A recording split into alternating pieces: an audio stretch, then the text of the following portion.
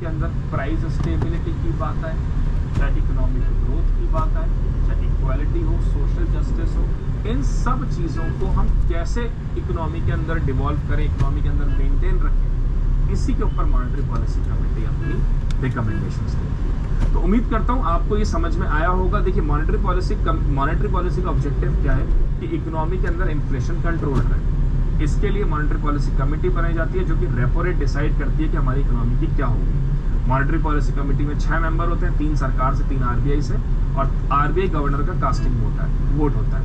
हर साल ये लोग मिलते हैं 4 बार और डिसाइड करते हैं कि क्या चेंजेस हमें रेपो में करने हैं। मॉनेटरी पॉलिसी कमेटी के मेंबर्स का टेन्योर 4 साल का होता है, इन्हें रीअपॉइंट नहीं किया जा सकता, और इनका ओवरऑल ऑब्जेक्टिव है day to day liquidity management कैसे रहे, फंड मैनेजमेंट कैसा रहे, इकोनॉमी में स्टेबिलिटी कैसे हो, इकोनॉमिक ग्रोथ कैसे हो। These are their overall objective. Consider the following statement regarding qualitative instrument. Selective credit control. Selective credit control is consumer credit regulation only. Are the qualitative measures used by RBI to regulate the flow of credit to a specific sector, thereby influencing the direction of investment. This is true 100%. Moral suasion is a non-binding persuasive technique employed by RBI to encourage banks to adhere to certain policy measures without resorting to direct regulation. This is 100% true. Credit rationing refers to the RBI's authority to issue directives to bank regarding lending to specific sectors or imposing credit ceiling. This is also correct. So all 3 of them are correct here. तीनों के तीनों यहाँ पर statement बिल्कुल सही है। All of the above is the right answer है। तीनों ही स्टेटमेंट यहाँ पे फ्रेंड्स बिल्कुल सही है। All 3 of them are correct. Second question. Consider the following statement regarding quantitative easing. Okay. Quantitative easing involves the central bank purchasing financial assets such as government bond and securities to increase the money supply. True. The primary objective of quantitative easing is to lower short-term interest rate and stimulate borrowing and spending in the economy. ठीक है. Quantitative easing is typically implemented during the period of economic expansion to cool down an overheating economy. This is wrong. This is wrong. Quantitative easing जो आप इस्तेमाल करते हो आप करते हो कॉन्ट्रैक्शन हो रहा हो इकोनॉमी में रिसेशनरी ट्रेंड चल रहा हो, इकोनॉमी में डिफ्लेशन चल रहा हो। 2 स्टेटमेंट यहाँ पे बिल्कुल सही है, 3rd स्टेटमेंट रॉन्ग। अब बात करेंगे हम मनी सप्लाई की।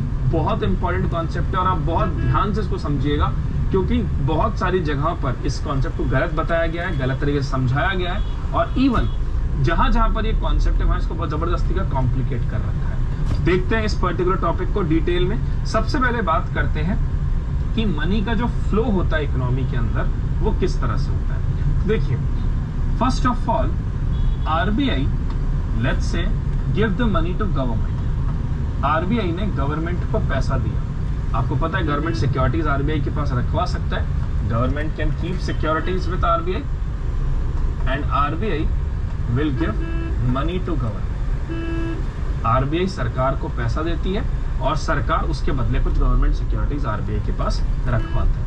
It is popularly called as